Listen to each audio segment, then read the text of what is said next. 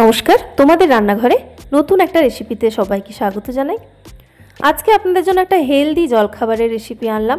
রেসিপিটা হেলদি যেরকম হয়েছে বন্ধুরা, ঠিক সেরকম খেতে কিন্তু বেশ মুখরোচক হবে, এটুকু বলতে পারি। তো অবশ্যই ছোট্ট ভিডিওটা পুরোটা দেখলেই বুঝতে পারবেন। আর বাড়ির বাচ্চা থেকে বড় সবার জন্যই কিন্তু উপযোগী হবে এই রেসিপিটা। তো চলুন শুরু করি।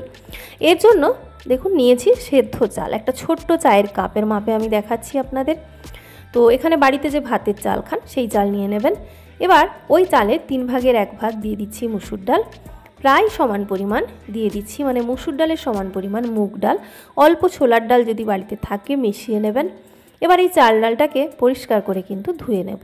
চাল ডালটা ভালো করে পরিষ্কার করে মানে বেশ কয়েকবার জল পাল্টে পাল্টে ধুয়ে নেবেন। প্রচুর পরিমাণে পাউডার মেশানো থাকে চাল ডালে, যেটা কিন্তু একেবারেই স্বাস্থ্যের জন্য ভালো নয়। এবার ওই কাপেরই 3 থেকে 3.5 কাপ মতো জল দিয়ে এটা ভিজিয়ে রাখবো। তো এখানে আপনি যদি মনে হয় সকালে খাবারটা বানাবেন, তাহলে রাত্রে ঘুমোতে যাওয়ার আগে এইভাবে ভিজিয়ে রেখে দেবেন সারা রাত। আর না হলে যদি এটা যে দিনের বেলা বা বিকেলে যদি তৈরি করতে চান, তাহলে 3-4 ঘন্টা আগে ভিজিয়ে দেবেন। আর আমি এখানে কিন্তু রাত্রে পুরো ভিজিয়ে রেখে দিচ্ছি। সঙ্গে 6 থেকে 7টা আমন্ড দেখুন আমি এখানে ভিজিয়ে একই সঙ্গে রেখে দিচ্ছি। তো আমি এখানে প্রায় রাত 10টার সময় ভিজিয়ে রাখছি। এরপর সকালে যখন খাবারটা বানাবো তখন আমি আপনাদের সঙ্গে আবার বাকিটা শেয়ার করছি। এবার সারা রাত ভেজার পরে চাল ডাল কিছুটা ফুলেই গেছে, দেখতে পাচ্ছেন। জল এখনও রয়েছে, এই পুরো জলটা রেসিপির জন্য লাগবে না, কিছুটা ফেলে দিচ্ছি। বাকি রেসিপিতে যতটা জল লাগবে এই জলটাই কিন্তু আমি ব্যবহার করছি। আপনি চাইলে পুরো জলটা ফেলে দিয়ে বাইরে থেকে আলাদা জল ব্যবহার করতে পারেন। অল্প জল সহ রেখে চাল ডালটাকে আমি মিক্সার গ্রাইন্ডার জারে দিয়ে দিয়েছি। এবারে যে আমন্ডগুলো ভিজিয়ে রেখেছিলাম তার খোসাগুলো ছাড়িয়ে দিয়ে দিচ্ছি। এই আমন্ডের খোসা সহ অনেকেই আছেন খেয়ে নেন, তো এই যে খোসাটা এটা কিন্তু স্বাস্থ্যের জন্য ভালো নয়। আমন্ড যতটাই ভালো স্বাস্থ্যের জন্য, খোসাগুলো কিন্তু প্রচুর পরিমাণে টক্সিন থাকে, যেটা স্কিনের জন্য একেবারেই ভালো নয়। সবসময় খোসা ফেলেই ব্যবহার করবেন।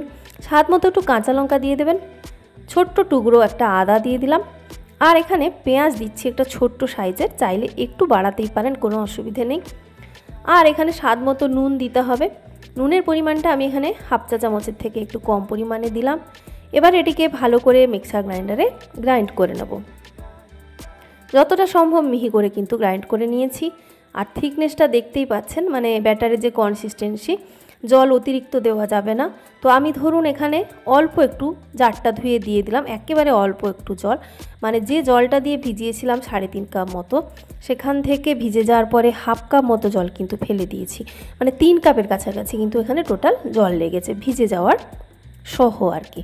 তো এবারে ব্যাটারের কনসিস্টেন্সি আমি আপনাদের দেখিয়ে দিচ্ছি। দেখুন কাছ থেকে ঠিক এই রকম একটা কনসিস্টেন্সি নিয়ে আসতে হবে।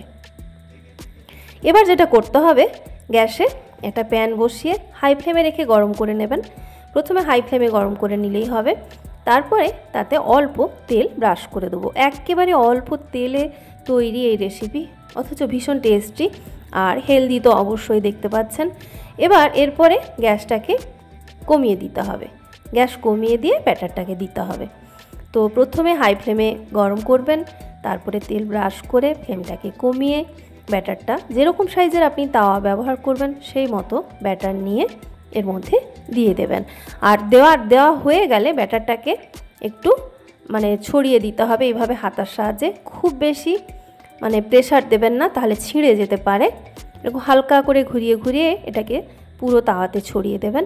ছড়ানো হয়ে গেলে ফ্লেমটাকে একটু বাড়িয়ে মিডিয়াম করে দেবেন। তারপরে যখন দেখবেন যে ওপরের দিকটা ড্রাই হয়ে যাবে, তো ওপরের দিকটা ড্রাই হয়ে গেলেই ওপর থেকে আবার একটু এর উপরে অল্প একটু তেল ব্রাশ করে, মানে এই ব্রাশের সঙ্গে যেটুকু তেল উঠে আসবে ওইটুকু তেল এখানে ব্রাশ করে দিয়ে দিতে হবে। তেল ব্রাশ করে দেওয়ার পরে যখন দেখবেন যে অংশগুলো পাতলা রয়েছে সেগুলো গোল্ডেন গোল্ডেন ভাব একটা আসতে শুরু করেছে, ততক্ষণ পর্যন্ত কিন্তু উল্টানো যাবে না। গোল্ডেন ভাব পুরোপুরি এসে যাওয়ার পরে তবেই কিন্তু এটাকে উল্টানো যাবে। দেখতেই পাচ্ছেন পাতলা জায়গাগুলো হালকা গোল্ডেন কালার এসে গেছে। এবার খুব সাবধানে কিন্তু এটাকে উল্টে দিতে হবে। প্রথম অবস্থায় ওপরটা একটু নরম থাকে, আর দেখুন নিচের দিকটা একেবারে গোল্ডেন কালার হয়ে গেছে। এবারে উল্টো দিকটা বেশিক্ষণ ফ্রাই করবেন না, বা এরকম কালার আনা যাবে না, তাহলে রেসিপিটা খুব শক্ত হয়ে যাবে। জাস্ট 30 থেকে 40 সেকেন্ড ওই মিডিয়াম ফ্লেমে রেখেই একটু ভেজে নিয়ে আবার উল্টো দিকটা একটু ভেজে নিতে হবে, যাতে এই ওপর থেকে দেখা গোল্ডেন অংশটা আরও বেশি করে কিন্তু দেখতে পাওয়া যায় পরিষ্কার করে। তারপরে দেখবেন এরকম একটা ক্রিস্পি ভাব এসে গেছে, তখন কিন্তু এটাকে তুলে নিতে হবে। এই রেসিপিটা একই রকম করে বাকিগুলোও ফ্রাই করতে হবে। এই রেসিপিটাকে খাওয়ার জন্য সেরকম বিশেষ কিছু আলাদা করে সাইড ডিশের প্রয়োজন পড়ে না। বাড়িতে একটু সস থাকলে বাচ্চারা খেয়ে নেবে এটা দিয়ে, অথবা যদি মানে সম্ভব হয় অল্প একটু টমেটো, পেঁয়াজ, বাদাম টাদাম দিয়ে একটু চাটনি বানিয়ে নিলেই কিন্তু এই রেসিপির জন্য একদম পারফেক্ট। তো একই রকম করে ব্যাটারটা দিয়ে তারপরে মিডিয়াম ফ্লেমে ওপরটা ড্রাই হলে তেল ব্রাশ করে দিলাম, তারপর উল্টে ঠিক যেভাবে আগেরটা ফ্রাই করেছি সেইভাবে সবগুলো ফ্রাই করব। তো বন্ধুরা, এটাই ছিল আজকের রেসিপি। আশা করি রেসিপিটা সবার খুব ভালোই লেগেছে। ভালো লাগুক বা না লাগুক অবশ্যই আপনারা কমেন্টে জানাতে ভুলবেন না।